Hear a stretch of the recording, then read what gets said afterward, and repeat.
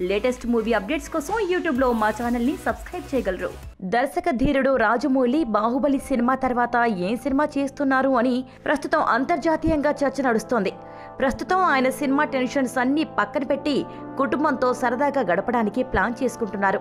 అయితే రాజమౌళి తదుపరి చిత్రం ఇదే అంటూ తాజాగా ఫిల్మ్ సర్కిల్స్ లో ఓ న్యూస్ హల్చల్ చేస్తోంది. భారత చరిత్రలో పరాక్రమవంతుడైన ఛత్రపతి శివాజీ కథాంశంతో రాజమౌళి సినిమా ఉంటుందని అంటున్నారు. ఆయన కథలో ఎన్నో ట్విస్టులు కూడా ఈ సినిమా ప్లస్ అయ్యే అవకాశాలు ఉన్నాయి.